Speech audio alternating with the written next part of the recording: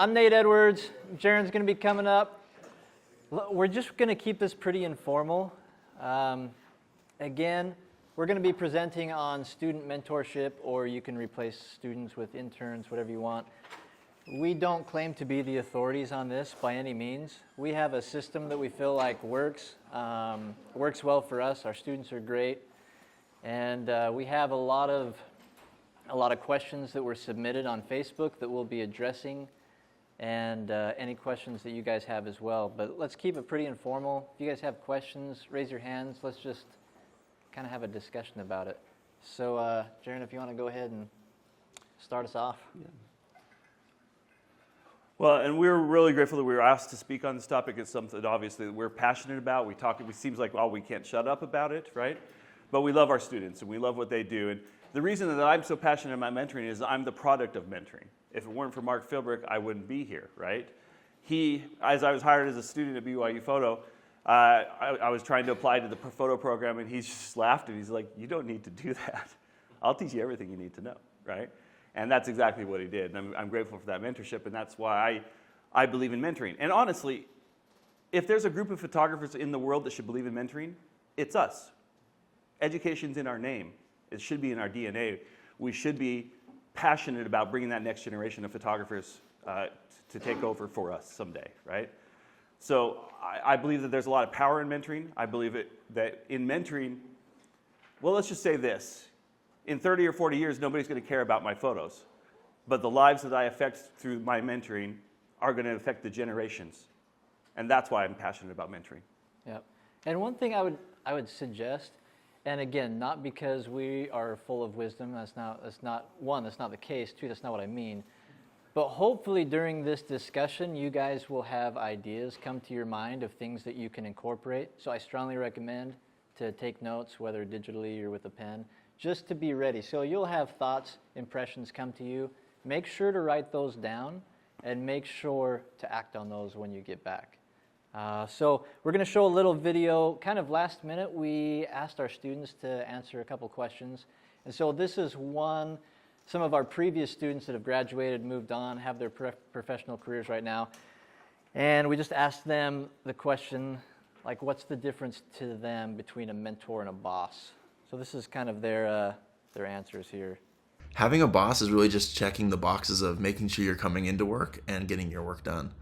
But having a mentor is having that side of things, but also pushing you as an individual to become better in your craft. For me, mentorship requires an investment of time, energy, and genuine care in someone that you're working with. A boss oversees tasks to completion, while a mentor is not a taskmaster. The biggest difference I saw between having a boss and having a mentoring experience was the level of trust between us. I feel like having a mentor is much more important to me than having a boss. In a mentorship, I feel like there's more trust. And with that higher level of trust, that allows for more growth opportunities and opportunities to really refine who you are as an employee or as a mentor or in your profession. They really cared about me as an individual and as well as my craft, and listened to me and really pushed me in ways that made me excel and learn. A boss can't wait for the training to be done. A mentor realizes there's always training to be done. For example, at BYU Photo, my mentors were always willing to answer any questions I had, take time to explain concepts to me, and were generally just like invested in my growth and progress, both as a professional and as a person. And I really appreciated that. With a boss, the goal is to have a specific task completed, but in a mentoring situation, the whole purpose is to train a student so they can confidently complete any project. Having a mentor is someone that believes in you and pushes you to be better and to improve. And I think a boss is just someone that has expectations for you to get things done. And so there's no amount of like wanting you to exceed those and to improve and to grow. And I think just really believing in you that often more than we believe in ourselves. A boss holds all the power. A mentor gives all their power. But for that to happen, bosses need to trust their students and be willing to give them harder projects so they can grow their skills. Once the student gains confidence, they will actually make your job easier because they can take meaningful projects off your to-do list. I think anyone can be a boss, anyone can manage timelines and tell people what they need to do, but in order to be considered a mentor, you really need to be willing to invest in the people that you work with. All right, so I'm just going to ask the question to you guys, what do you feel like mentoring is? We heard from some of our previous students and kind of their thoughts and feelings on it, but what were some things that stood out, the difference between having a boss and a mentor, either with them or thoughts that you guys have? Just go ahead and throw it out. A level of trust. Level of trust. Sharing knowledge. Investing in their future. Sometimes it's not always about photography or the work. Yeah. It's about life and other things going on. Yeah, absolutely. Let's talk about some of those. So one, investing in their future. Man, so much of mentorship is, I don't know, for us in our situation, I think our care for our students goes far beyond. Our job is not just to take photos for the university, but what can we do with these students to really prepare them for when they leave the university? What can we do to help them along the way? That's such a huge part of it. What were some of the other comments we just said? Sorry, my mind's going blank. You get in front of a bunch of people and you just, what were some of the other things that were said? I like the boss gives power. I mean, a boss uses power. I don't know exactly how I said it. A boss uses power, a mentor gives power. Yeah. What did you like about that? What were your thoughts? Well, it makes a lot of sense. Like, I feel like if you have an intern that you can trust, that you can literally give power to make decisions, like that you send them out on an assignment and you trust them to make decisions. That's giving them power to create, power to literally make decisions, to think on their feet, to be creative, and that you might have critique of their work when they come back, but you're not controlling them. You're not putting your power over them. You're not saying, well, I'm better, bigger, better, faster, stronger, smarter, whatever. And giving that to them is a lot like the whole person thing. Like, I believe in you. You're here for a reason. You belong here. Yep. And that seems more powerful and more important to me than do what I say. Yeah, I love that. Think about experiences where that's happened to us individually, where somebody has empowered us and trusted us and given us responsibility. Man, you really want to live up to that expectation and that trust that they're giving you, right? What are some other thoughts? Thoughts of mentorship, the difference? I always found that being a mentor is this weird mix of being a boss, a colleague, and even sometimes a friend. Yeah. But you have to have the right parts and at the right times. Yeah, absolutely. Yeah, because they need a boss, right? Yeah. Yes, we're their boss. They need responsibilities. They need expectations. They need all of that. But they also need somebody who cares about them, shows interest not in just the work that they're doing, but in their life. Because the thing that I've realized about mentorship is it's not our decision to be a mentor or not. Like we can do what's in our control, right? We can try to create an environment. We can care about the people that we're with. We can do all of that. But it's their decision for us to be their mentor. It's not ours. You can't just be like, hey, I'm going to be your mentor. Come work with me, right? It doesn't work that way. It's their decision. And so the only thing we can do is try to put ourselves in a situation where they would even want us to be their mentor. One of the things that was talked about too is it's an investment. So up front, yeah, it's hard, right? You have a new student, a new freshman coming in, and there's a lot of work to do to train them and to get them up to speed so you feel comfortable sending them out on their own. But once that happens, one, you can send them out on their own, and then we can be home with our wives, at least a couple nights a week. And then two, once they're in that situation and you're hiring more students, they can also participate in that training process. And they have a unique perspective because they were once there in that situation not too long ago. And so they know kind of what those students need. Yeah, right now, at this moment, BYU football media day is happening. I've got 2 students covering it, and I'm not worried. Imagine what that feels like. That's amazing. But they've done the work, they're ready, we trust them, and they're empowered to go do that. So I think it's really, it's been a great experience working with them, so to get them to that point.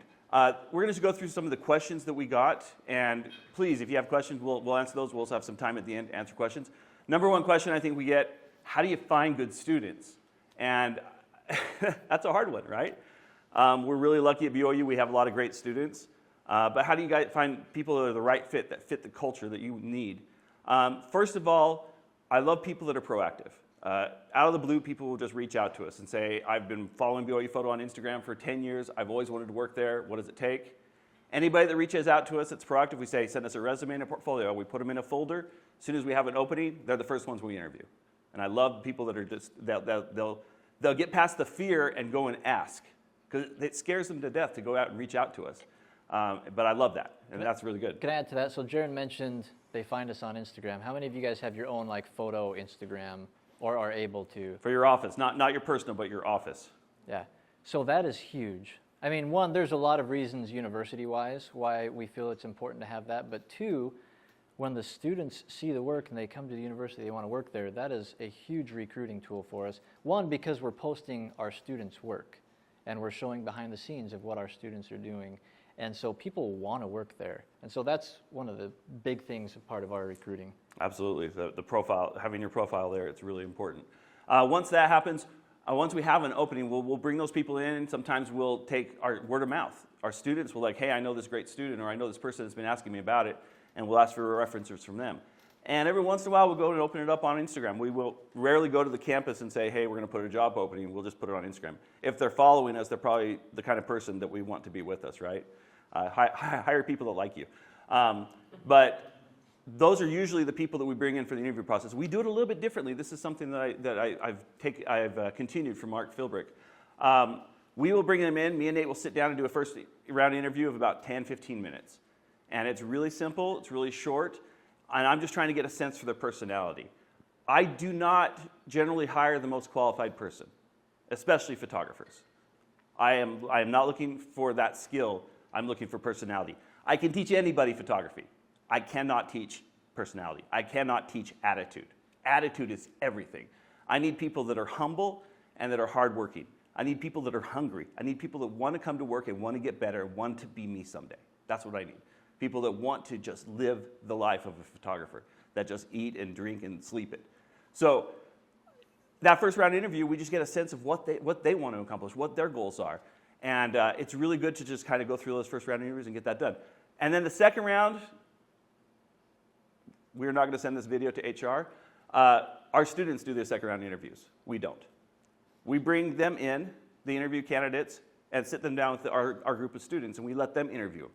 Get a sense for what they're like, see if they fit. And they give us feedback, says, man, this person I think would be great. This person, I don't know, they're weird, you know. But it's actually really good. It's helpful for us to get a sense of these are the people they're going to be spending most of their time with, not me and Nate. We're out working, right? And those students always give us great feedback, great insight on these candidates that come to us.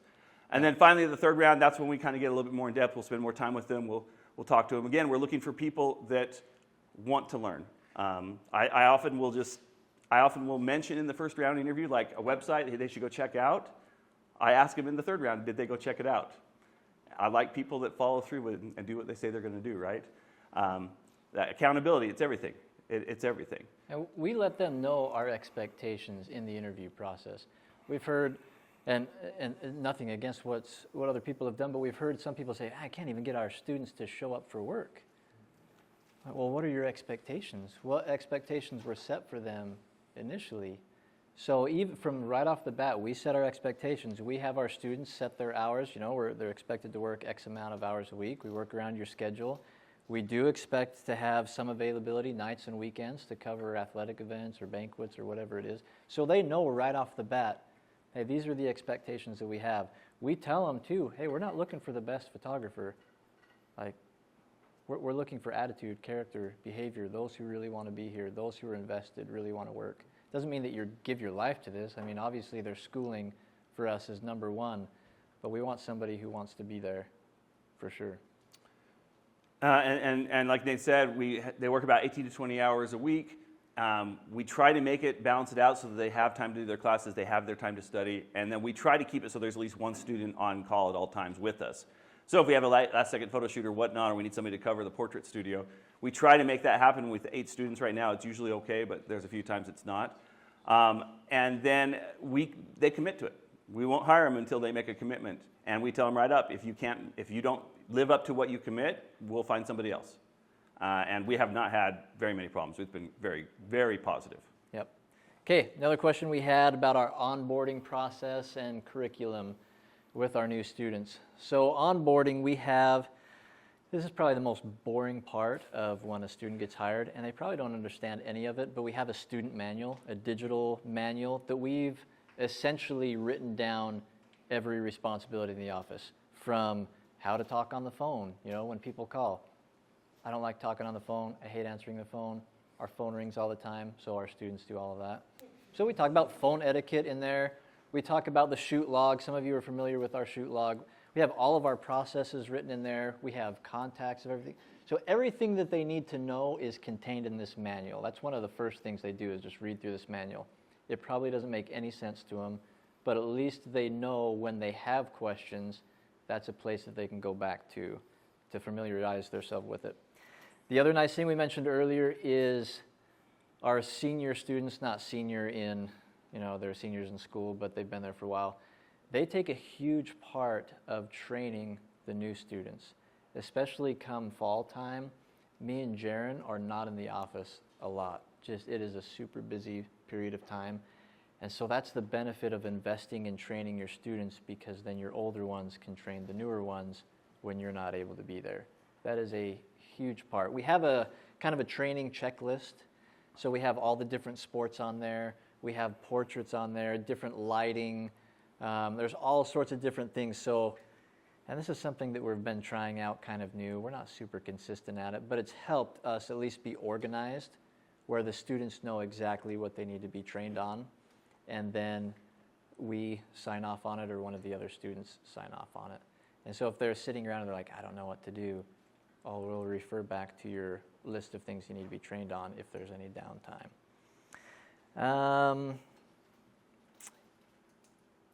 And then, part of our training too is our YouTube videos. So we make YouTube videos, and we kind of put that into our training curriculum.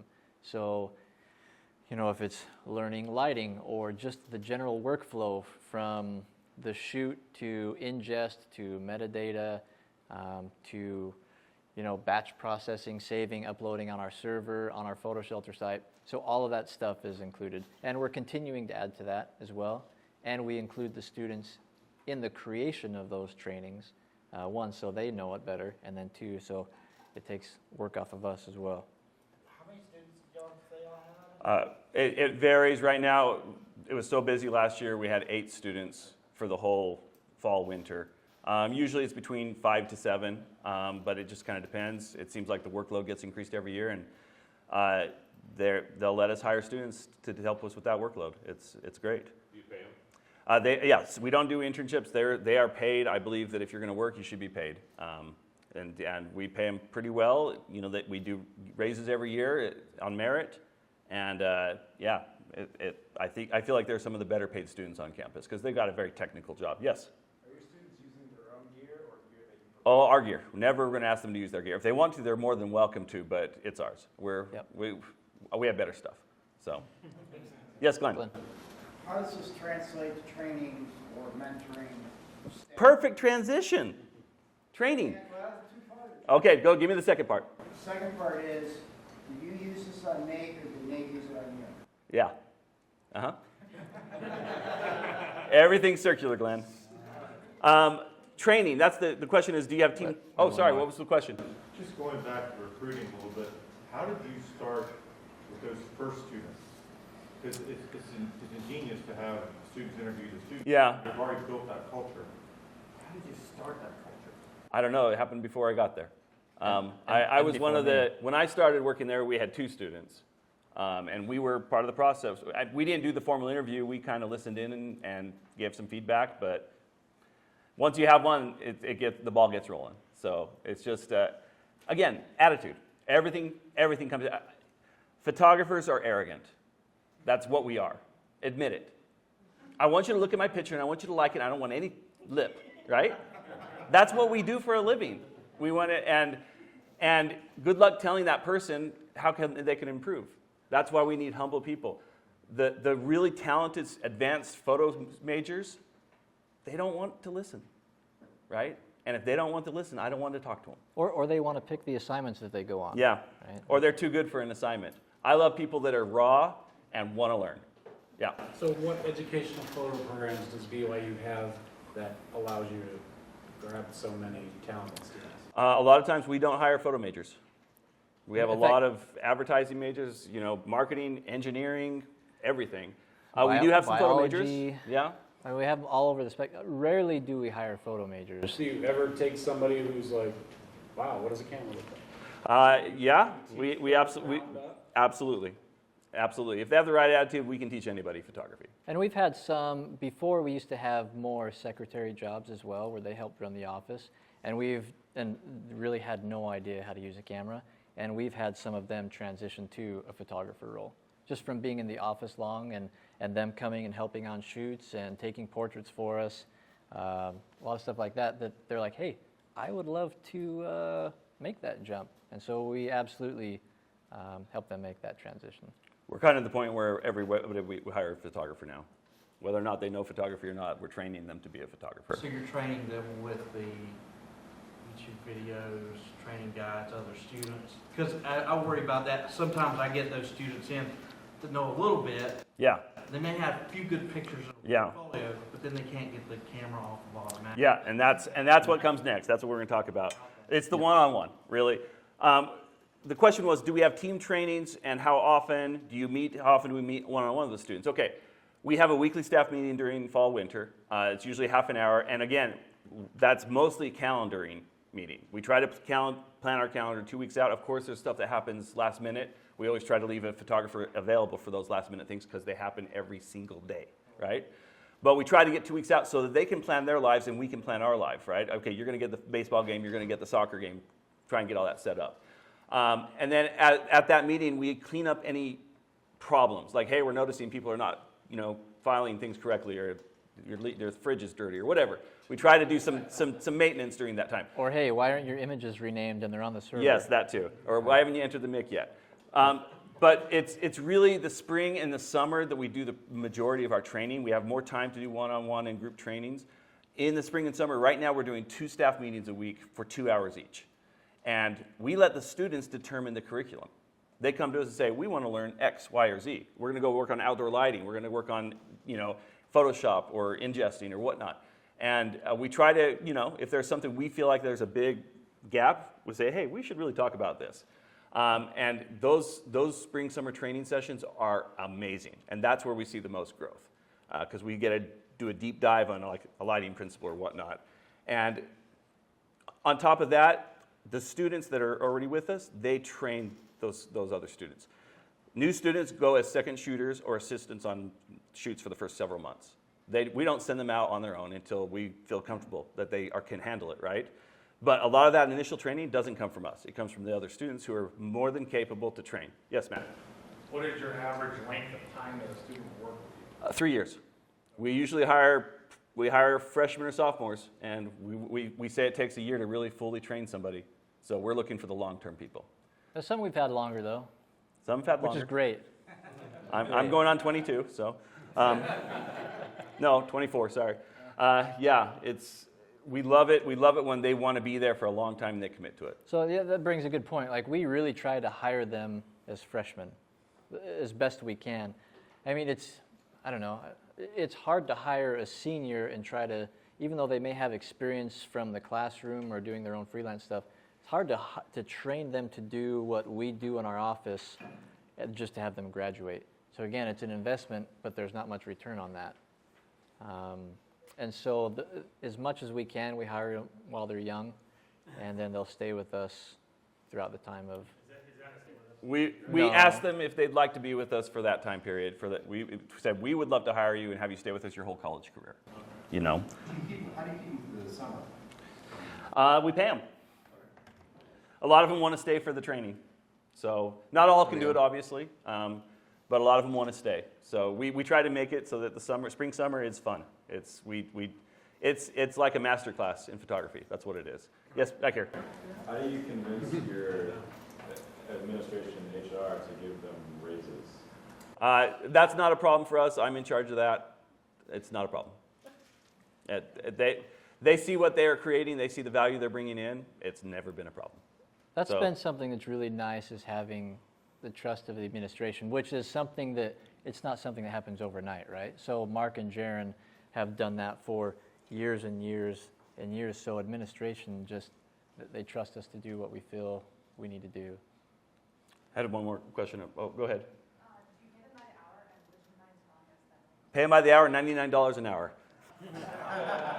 Usually, I mean, it's definitely going up now. Some questions, okay. We have no openings for you guys.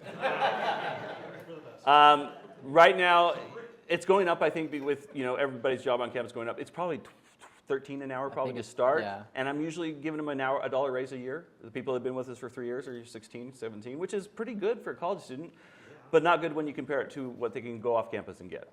So they're there not just for the money, they're there because they want to be a part of what we're doing and learn, right? Yeah. So, okay, sorry, we had one more. Yes, go ahead. So the first 3 months, really, a student is just a second person. They go on shoots. They would be a second shooter or an assistant on shoots. They will go as a third person, or a lighting assistant or whatever. They just try to soak as much as they can in because there's just so much information, so much new stuff. So they work really, really hard to just do that.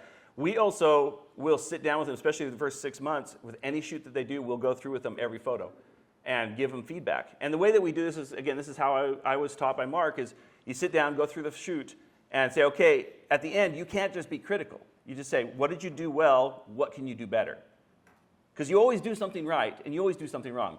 I mean, every time I do a shoot, it's the same thing. I did this right, this is horrible, right?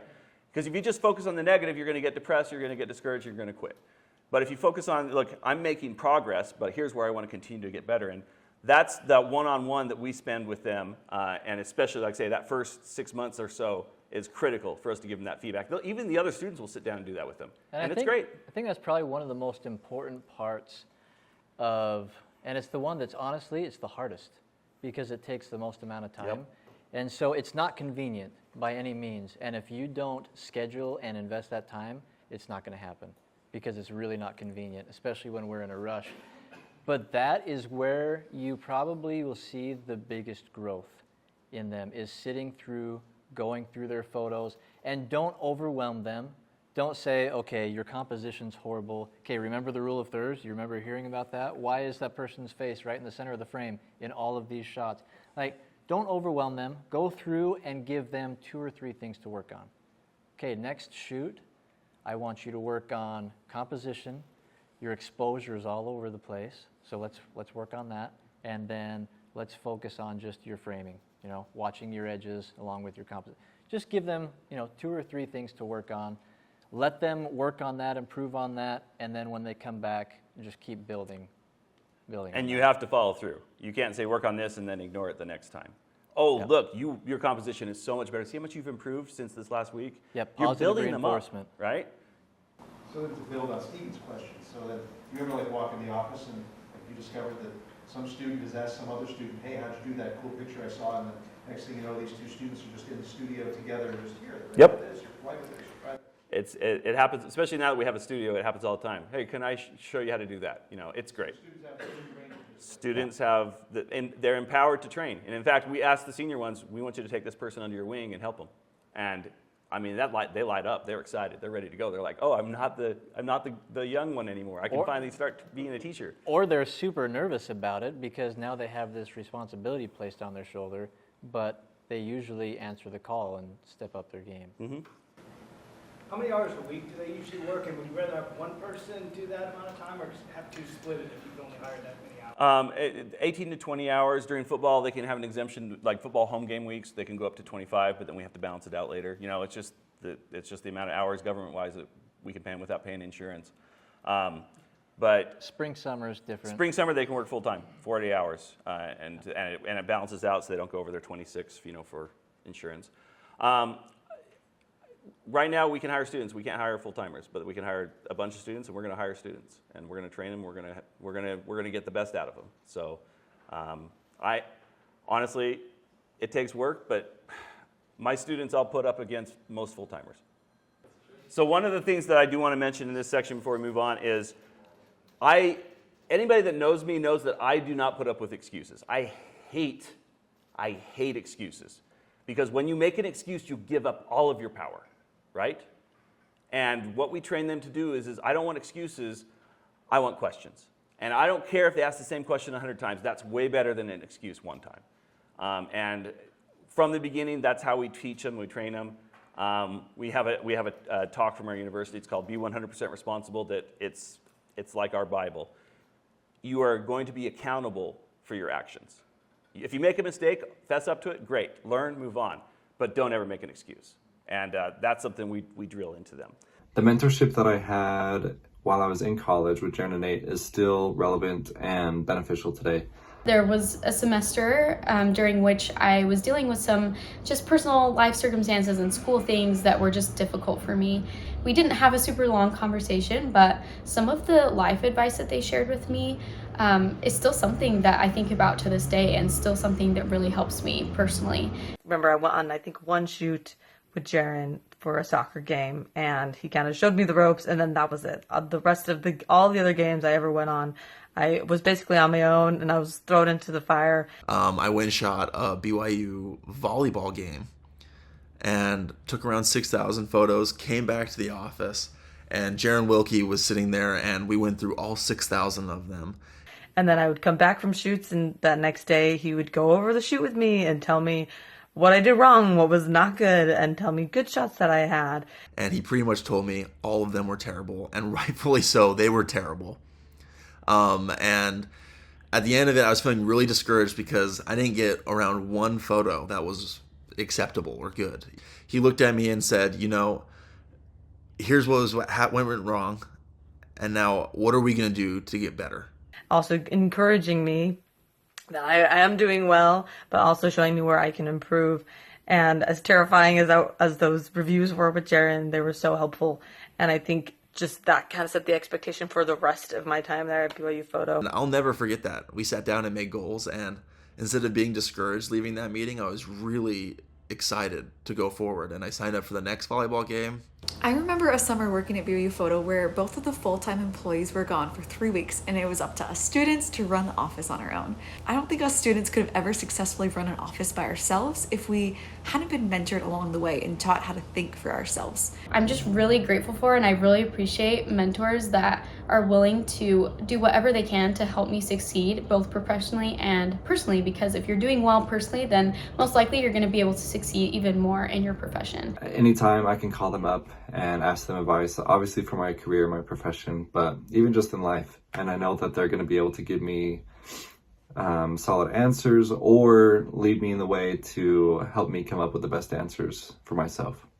Okay, so the question was asked if they cover all aspects of campus or if they specialize in certain things like athletics or performing arts.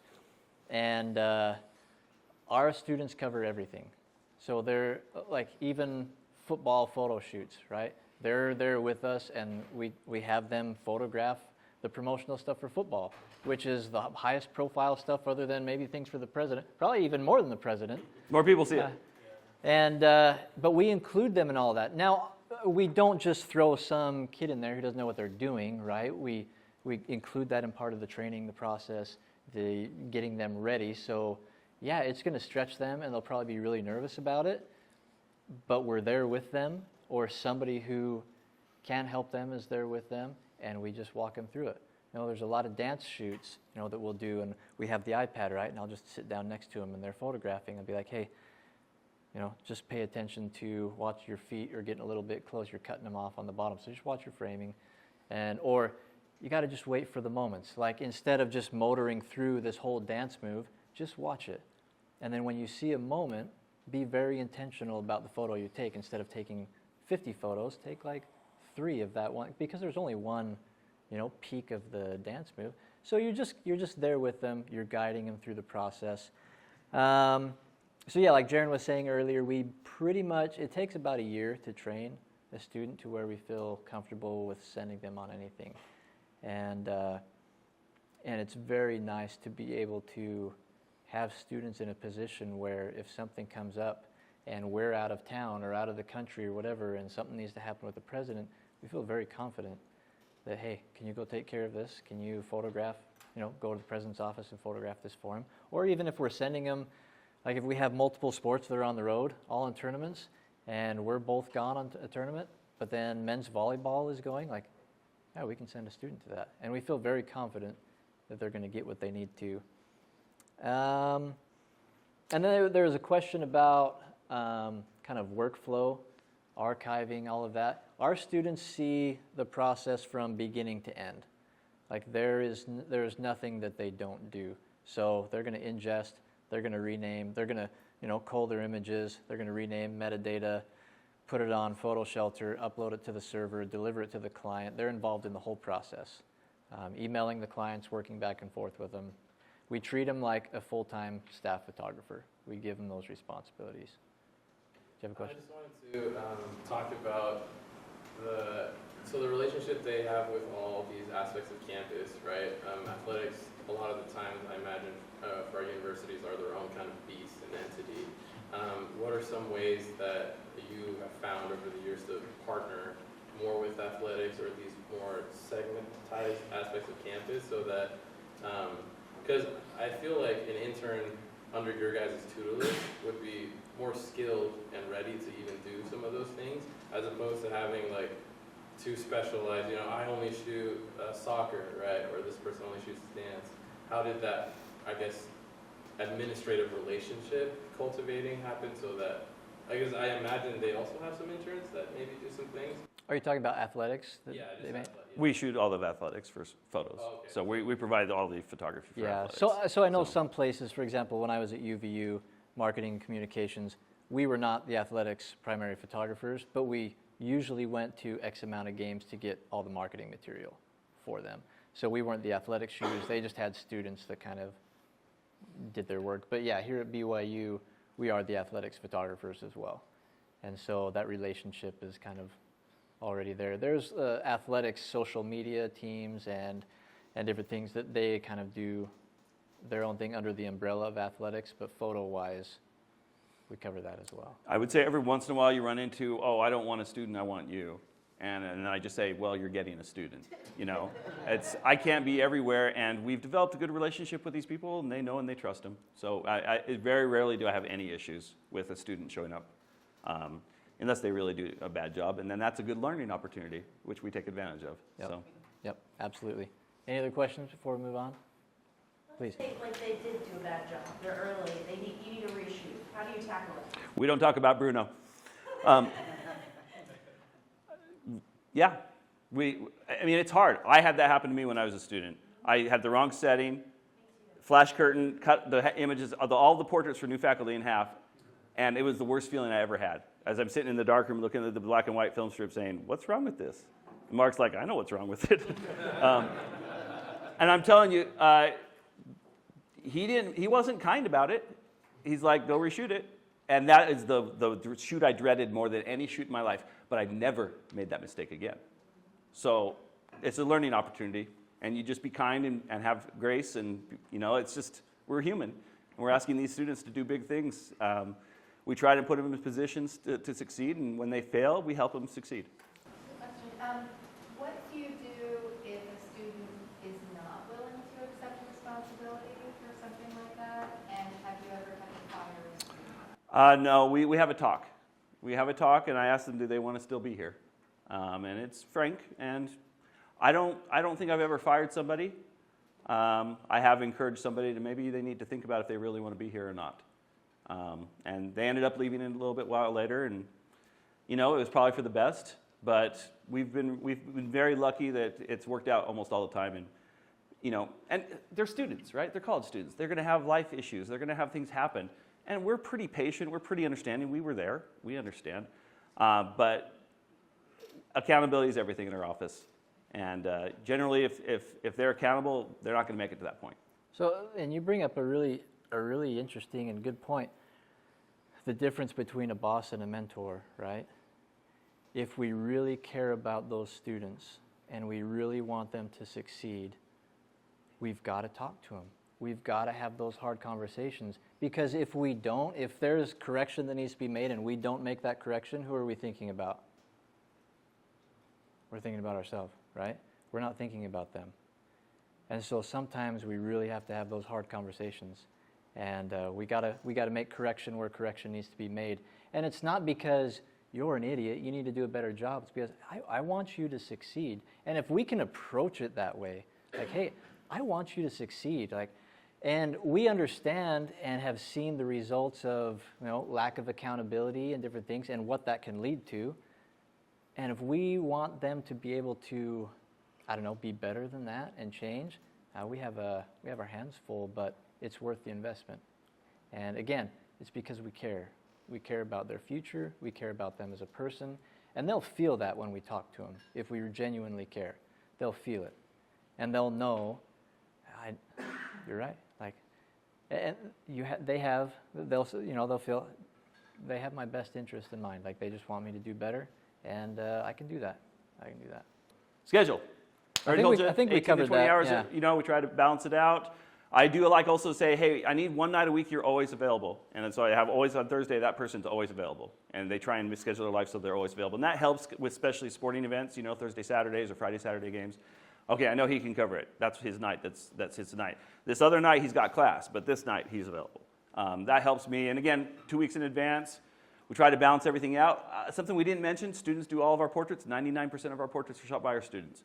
That takes a huge load off of me and Nate. We have a permanent portrait studio in our office. They just have to walk in and flick the lights on.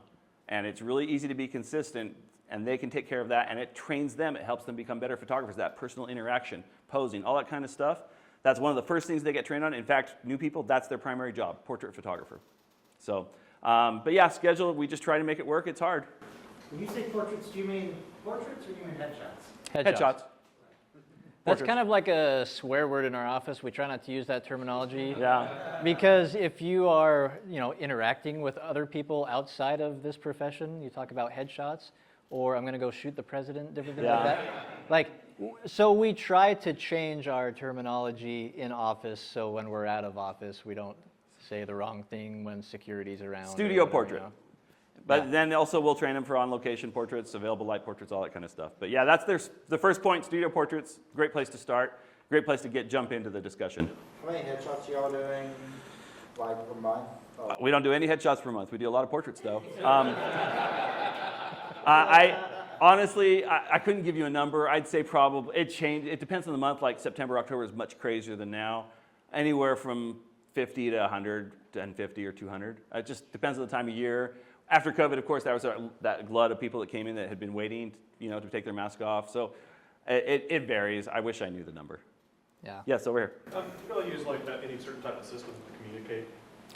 We have text. We have a text chain, and yeah, mostly text. They don't want anything else. We've tried a few other things, and they're like, just text me. Come on, old man, get on it, you know. But no, texting seems to work the best for us. They respond quickly. They sometimes did just do emojis, and we just try to figure out what they're saying. You know, it's good. No, but are most of your students interchangeable, so they could do anything? Well, it depends on their experience. Okay. We don't like assign you shoot just athletics or you just shoot, you know, banquets. Some of them like specializing in things, and you know, but we want them to be able to do everything. Yeah. I'd much rather they were trained in everything, so that when I'm in a bind, I'm not saying, oh, I can't because this person can't do that. So that's part of the training process. Yes, back here. With the number of students you have, 5 to 8, and just taking the time to schedule all the shoots for all those students, how do you have time to do them? So I don't. When I took over as the head, you know, of the department a couple years ago, I remember, and some of you know Carrie Jenkins, my boss. She's just a sweetheart. She's the nicest person on the planet. And I just went in and had a little wine session. You know, I'm like, I miss shooting. Like, all I'm doing is going to meetings, and all I'm doing is scheduling. And she is so nice, but she closed the door. And she's like, the most direct she's ever been with me in her entire life. And she's like, Jaren, don't you think I'd rather be writing articles for the magazine? And I'm like, whoa, okay. She's like, this is the job. Your job is to make it so that they can be successful. That's the job. And yeah, I understand exactly what you're feeling, but that's the job. Give them opportunities to succeed. And I've taken that to heart. I'm not shooting as much as I'd like to shoot. I'm not doing as many things as I'd like to do, but I'm trying to give them the opportunity so that they can have that success. And yeah, it means I have to step back. It's hard. Well, going to like the actual scheduling part, a lot of times, depending on what the shoot is, we put that responsibility on the students. So, Yeah. and kind of the way that we have it set up with our email, we have our main BYU Photo email box, and then all the students and myself and Jaren have our own folders in there.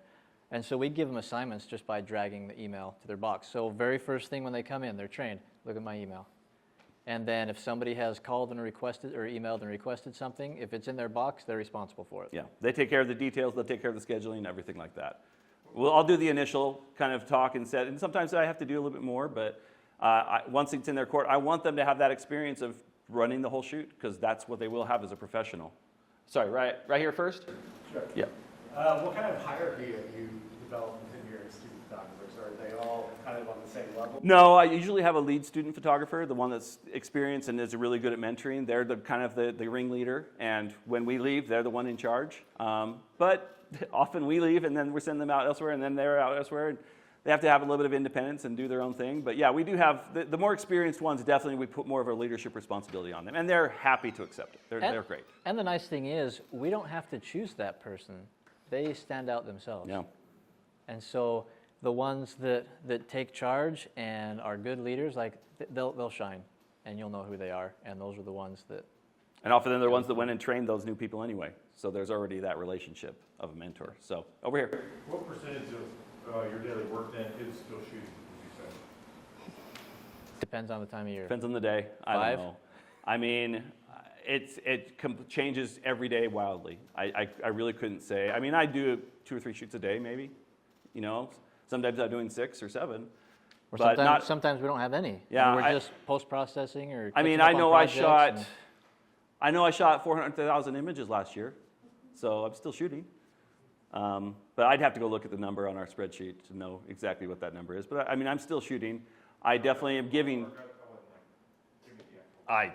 Yeah, I mean. I can pull it up right now. Yeah. I don't. Yeah, I mean, we'll look it up. But I still shoot, but I definitely don't shoot as much as I'd want to. I'd much rather shoot than go to a meeting. But I have to go to the meeting to communicate, to get us the opportunities to shoot. That's the whole deal, right? Okay, student gets sick, they have a project. Yep. Family members coming. Is it Yep. their responsibility to find a replacement, or how does that work? They usually will text the whole group and say, hey, I just came down sick. Can anybody take care of this? And if they're incapacitated, yeah, we'll of course take over. Yeah. But yeah, we want them.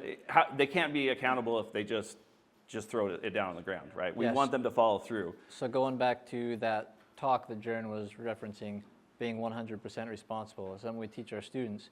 Hey, if you can't do this or you have this assignment in your box, you are still responsible to make sure that it gets done. Whether you have to pass that on to somebody else, you are still responsible for it. How's your office situation working with students? I haven't got many. Do y'all have desks for everyone? Or? We have enough space for all of them to be in at the same time. We just moved into a new studio, plenty of space. It's been a blessing because before we did not. Those that have visited our office before. We were in a closet. We didn't have a studio before, actually. Everything we did, we shot on location. So we've only been in the studio for 1.5 years, and it has changed that. It's made it a much better teaching environment because, like say, you can throw everything down and go in the studio and teach a technique in 5 minutes instead of trying to sneak into a room that's not being used and, get kicked out by the janitor. Thankfully, our university believes in mentoring. It's obvious, right? That we have way more student employees than full-time employees. They want us to mentor them. They also want them to have opportunities to earn money so they don't go into big-time debt going to college. Because of that, we have institutional support to do what we need to do to mentor. So it's a huge blessing. Well, guys, we're so appreciative. Thank you for coming. Yeah, thank you, guys.